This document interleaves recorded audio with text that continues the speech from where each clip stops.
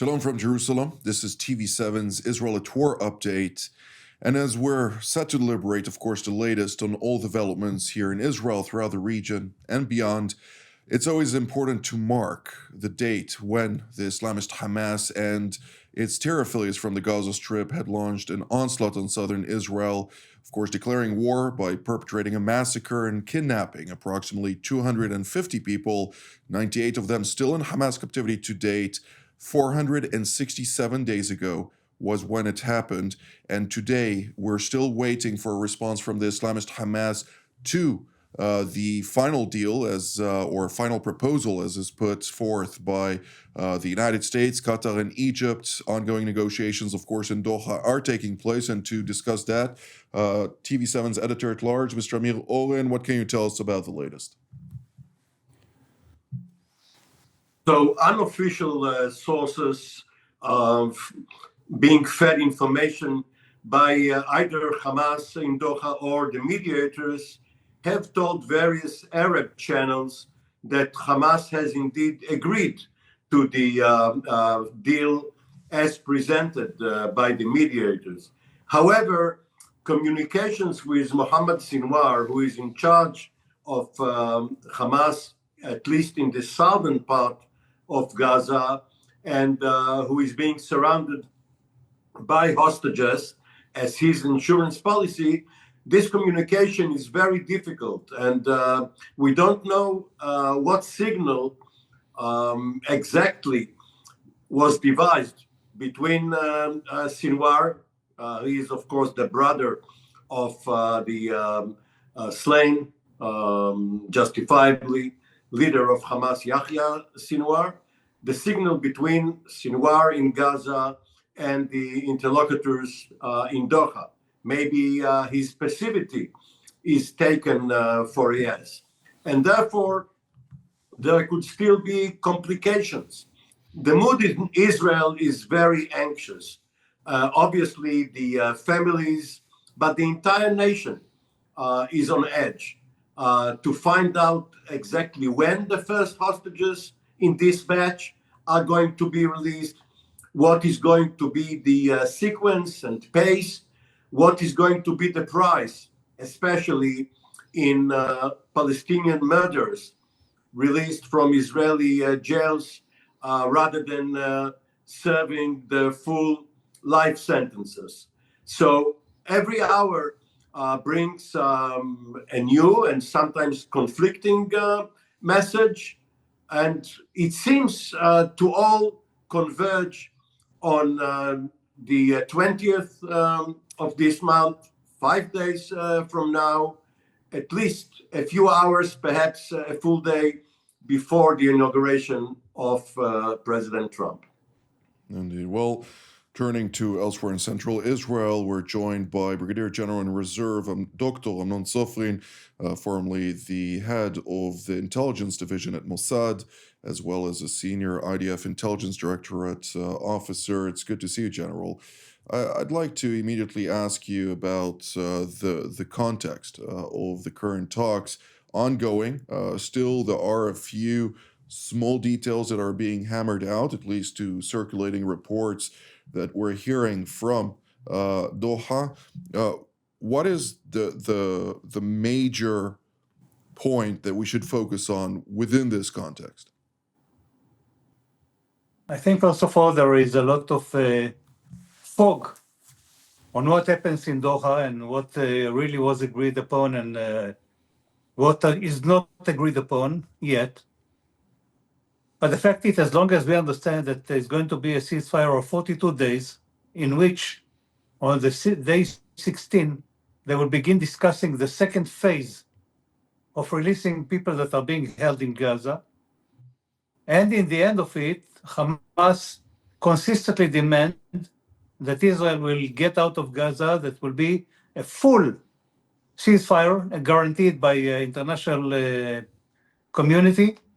And therefore, Israel should stay aside, leave Philadelphia corridor, leave Netzarim corridor, leave all the areas that are being where the IDF units are deployed, and get out of Gaza totally. and this doesn't really go together with what Israel wants, because they want to keep on presence on some buffer zone that will be the depth of about 1 kilometer inside Gaza, all around this strip that was prepared in advance by our troops. And therefore, Hamas, of course, objected, and this will be negotiated during these 42 days to get to the final formula and the final equation that will enable, in the end, to end up this war in Gaza, even though in Israel people think that we can go back whenever we can or whenever we want, but I'm not sure that this is the right picture. Indeed. Well, let's turn to Washington, D.C., where we're joined by retired Brigadier General Mark Kimmett, formerly a U.S. Assistant Secretary of State for Political and Military Affairs. It's good to see you, General.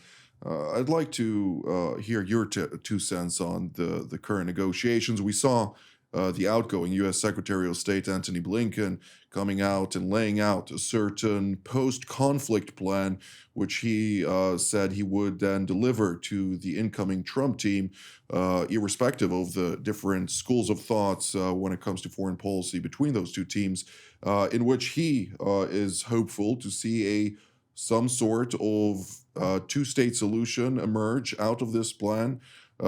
Is this something viable to be adopted by the next administration in Washington? And to what degree are they collaborated or coordinated, at least, on what is happening in the field? Well, 2 things. I think there is bipartisan agreement, by-administration agreement on the structure of the release of the hostages. Both are tripping over each other to take claim for the breakthroughs that we're seeing and hopefully can push through. But the fact that Trump's Middle East envoy, Steve Witkoff, is actually now part of the negotiating team speaks volumes about the fact that if, in fact, those 38 hostages are released, then there is some sort of structure for at least temporary ceasefire, and we can start moving some of those hostages back to Israel. I think both administrations are going to be tripping over each other to take credit for this. As for what happens after January 20th in terms of Middle East policy in general and the issue of a two-state solution in particular, I don't think it's the time to be talking about what the Trump administration will do. You can either take, as the old saying goes, President Trump, you can either take him literally or figuratively. And I don't think it really has been hammered out among the new administration how they're going to approach Middle East peace and a settlement in terms of Palestine until well into their administration. Indeed. Well, Mr. Owen, I'd like to shift gears to the Northern Front, where we heard, on the one hand, the IDF Northern Command commander, Major General Ori Goldin, coming out and saying that Israel must do everything in its power to enforce the cessation of hostilities. It was, of course, very vigorous in doing so since day one, as he put it. Nevertheless, this must be maintained, and so long as they stay in the field, to continue to seek out additional terror infrastructure by Hezbollah and eradicate it, all the while also looking for the future for the true implementation of this deal, because it seems like unless the new Lebanese government, under, of course, President Joseph Aoun and the incoming Prime Minister, or the designate Prime Minister, Salam, it seems like they're not ultimately very keen on reigniting a certain reality of reform for Beirut. Rather, they're looking at capitalizing on what currently exists, that is, of course, founded on very corrupt infrastructure and institutions, so to speak. So there are two issues there which you raise. One is the impact of what the Israeli military commanders say, because they are receptive to what the community leaders in their respective areas say, demand, claim. And when they speak publicly, of course, it also has an impact on public opinion. So up to now, General Gordon did not voice any opposition to a withdrawal from that part of Lebanon, which was seized before the ceasefire, and Israel could face a demand to get out of. And this point is important because if you look to all of Israel's wars, the generals have been resistant to withdrawing from territories occupied, and the political echelon forced them to do it. It went back to 1948 in northern Sinai, 1956, the entire peninsula of Sinai. In 1970, the War of Attrition, and it goes on and on. But this time around, both the Chief of General Staff, Herzi Halevi, and the Commanding General of the Southern Front, Yaron Finkelman, as presumably also the Director of Military Intelligence, Major General Binder, they have been ahead of the politicians in assuring the public that a withdrawal from Gaza as part of this deal will be handled properly by the IDF, and the IDF will find whatever tactic is needed in order to go back to combat. Now, as for Lebanon, 2 days ago, on Monday, the Commanding General of CENTCOM, General Michael Eric Kurilla, visited both Lebanon and Israel. In Lebanon, he met with General Joseph Aoun, who until a few days ago was his counterpart in military talks, as he was the commander of the Lebanese army, but now he's a political figure as the president. And he also met with General Jasper Jeffries and his French colleague, who are both leading the mechanism, the monitoring mechanism of the ceasefire. Also met with the Commanding General of UNIFIL, the UN force, and voiced support for the Lebanese armed forces in what they are supposed to do, to go south, to clear the area of anyone armed. Obviously, they're not going to battle Hezbollah, but they are going to make sure that there are no forces hostile to Israel. And it seems as if General Kurilla is somewhat optimistic that the trend is positive.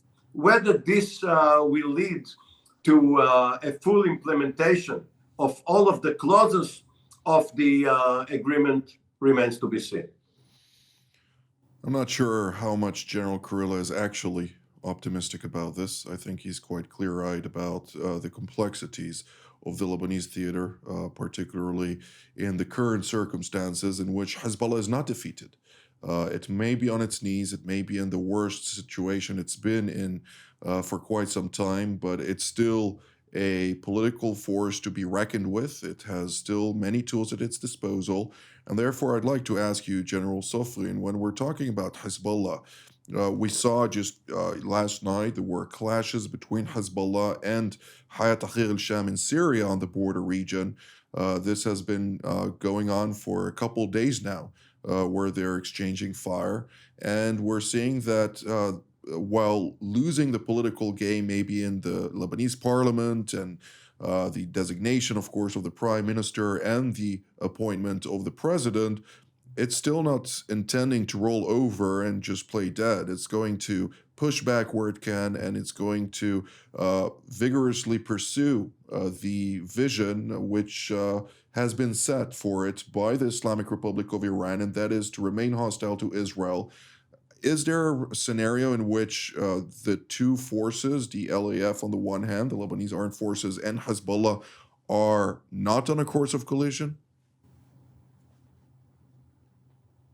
I don't see it coming as a course of collision because if you look at the situation of Hezbollah, the current situation of Hezbollah, Hezbollah is weakened. Hezbollah was badly damaged by the Israeli attacks and by the Israeli maneuvering effort in South Lebanon.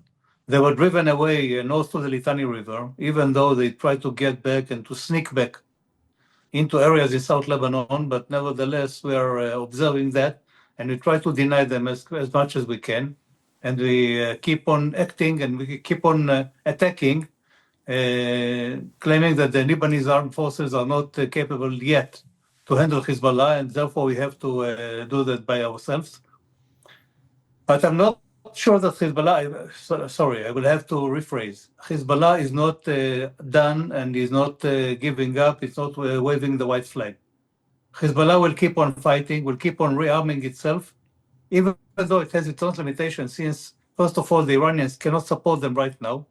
They cannot deliver weapon systems through Syria because Syria now objects Iranians to get in. They cannot get through the air because the Air Force, the Israeli Air Force, of course, controls the air and doesn't allow airplanes that are coming from Iran to land in Lebanon and to bring weapon systems to Hezbollah. And therefore, it has its own assets. He will take the time, even though it was even politically beaten, because of the fact that Hassan Nasrallah, the late Hassan Nasrallah, objected Joseph Aoun to be elected to be president, and now he is elected to be president, even though Hezbollah objected, but nevertheless, they lost this game, and they know that they are now in a very bad shape, and they now have to, first of all, concentrate on building their own capacity, keeping their own force, and they will not agree to disarm themselves, and the Lebanese armed forces cannot force them to disarm themselves without any, let's say, external assistance coming out to the Lebanese armed forces, and I don't see it happening. And General Kimmett, your take on that? I find it almost hallucinogenic to believe that somehow the LAF, which even if it gets the capabilities, which it doesn't have right now, would ever have the intention to forcefully patrol the area of southern Lebanon. Look, number one, the last thing the LAF wants to do is provoke Hezbollah into a shooting war for fear that it could precipitate another civil war inside of Lebanon. And number two, merely the fact that these fellow Lebanese that are defending themselves against their southern great Satan means that the LAF has every reason in the world to work alongside Hezbollah to make sure that nothing happens in terms of disarming them, demobilizing them, take their heavy weapons, take their missile stocks. So I think it looks good on paper. I think it probably makes good for public pronouncements, but I don't think if I'm a soldier in the Lebanese armed forces that somehow I'm going to turn my weapons against a fellow Lebanese Hezbollah member who in fact is doing his level best, that Hezbollah member, to protect his country from Israel. That's their perception, of course. So from your perspective, is this ceasefire sustainable, and will it last long? If you're asking me, I think the answer is in Mohammed Sinwar's head right now. Inside of Hezbollah's head right now. The fact remains is they're the ones that will be breaking the ceasefire intentionally to cause a reason to demonstrate that Hezbollah is still a resistance group inside of Lebanon and whose sole purpose and sole intention is to defend themselves against Israel. I don't see any reason, except for the fact that they don't have the capability for large-scale operations, that there wouldn't be a significant number of small-scale operations conducted by small units. Indeed. Well, Mr. Oren, I'd like to shift gears to the Syrian Theater. We are seeing here an ongoing effort by HTS, or Hayat Tahrir al-Sham, to consolidate its power. Nevertheless, it is facing an increased pushback by local militias, be it in Homs or in Sweda or in other areas, both by Sunni militias as well as Druze militias, and we're seeing also now the Shiites, the Alawites, trying to mobilize some sort of resistance to the activities.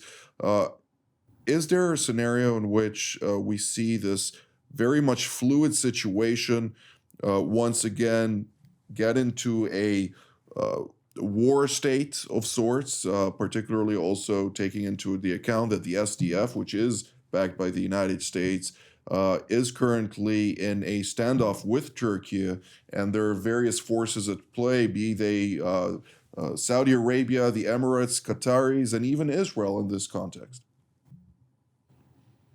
Well, Israel in years past had to force itself to forego any illusions, perhaps even delusions, that it could influence the outcome of what is going on in neighboring country. Regime change, partitioning, confederation, whatever. Now, Israel has, of course, security interests in the regions adjacent to its borders, that is on the Golan Heights and on Hermon Mount. It has an interest in making sure that the Druze community centered in Sueda is not being overrun by hostile forces, both because Israel should take care of minorities in the Middle East and because of the affinity between the Druze communities in Israel on the Golan Heights, which is not exactly the same as in Israel proper, and in Syria. Also the Kurds, which you mentioned, and Israel doesn't want to get drawn into a war with Turkey in Syria. But Israel cannot really intervene in the political game in Damascus, which is not only internal. Obviously, there are powers intervening in it, the United States, perhaps Russia, Turkey, Saudi Arabia. So the main focus right now for Israel is what is happening in the border area. There is one IDF division 210, in charge of that area. They have been collecting a lot of weapons, equipment, and ammunition, including tanks and other stuff left by the collapsed Syrian army, and as well as by various militias. And they are ready to repel any effort to infiltrate this area. But as for what is happening some 25, 30 kilometers from there in Damascus and beyond, this is not right now for Israel to decide.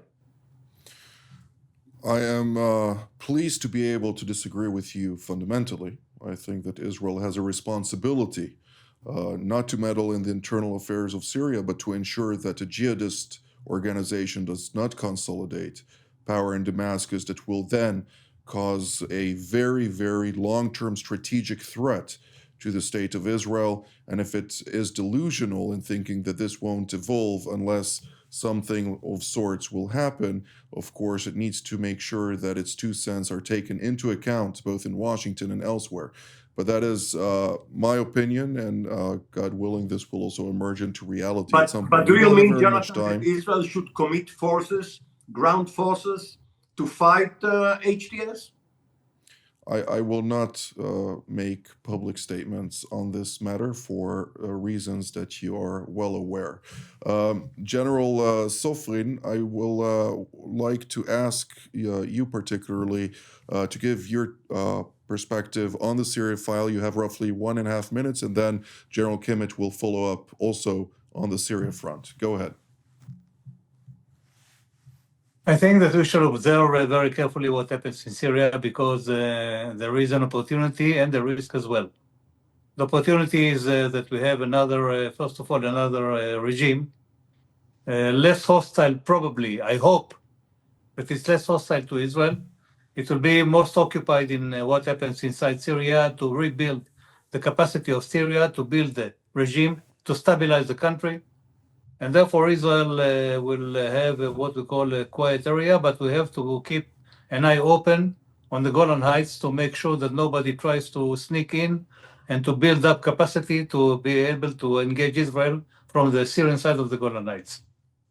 General Kimmich? Yeah, I think we're going to run into a policy difference between Israel and the United States on this. It's clear right now, at least the Biden administration is pushing hard to open up diplomatic relationships with the government in Damascus. And the demands of the government in Damascus are quite clear that all weapons are under the control of the central government and all foreign forces out. If we were in the United States to be supportive of Israel maintaining a buffer zone inside of Syria, we would also be willing to allow the Turks to maintain their buffer zone inside of Syria or expand it as well. And that right now seems to be a policy view that the United States does not share. And I think we're going to run into some problems with a cohesive policy on that, starting with the fact that Barbara Leaf, the Assistant Secretary for Middle East Affairs, was quick to fly into Damascus, and the first thing she did was lift the $15 million reward for justice bounty on al-Shara's head, although we have retained the international terrorist designation for HTS. So I would just say I'm not sure where the Trump administration will go with this. I think one of the concerns that we have is that HTS wants the SDF to disarm. Damascus does as well. And there's a real policy issue whether the United States will be seen to abandon the SDF. Well, I can say one thing about this, and that is that the incoming Trump team does not view the situation in Syria in the same light as the Biden team. But this is all the time that we have for today. I'd like to thank General Kimmett, General Sofrin, and Mr. Oren for all of your insights. I'd like to thank all of you at home as well. Until our next update from here in Jerusalem, have a good day.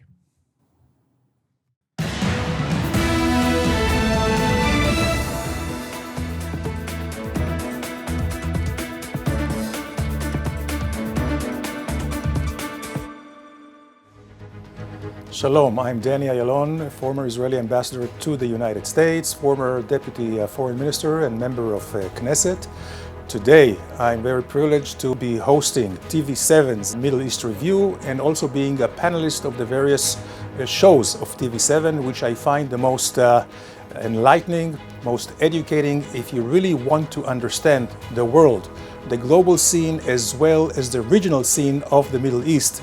It is worthwhile to watch TV7.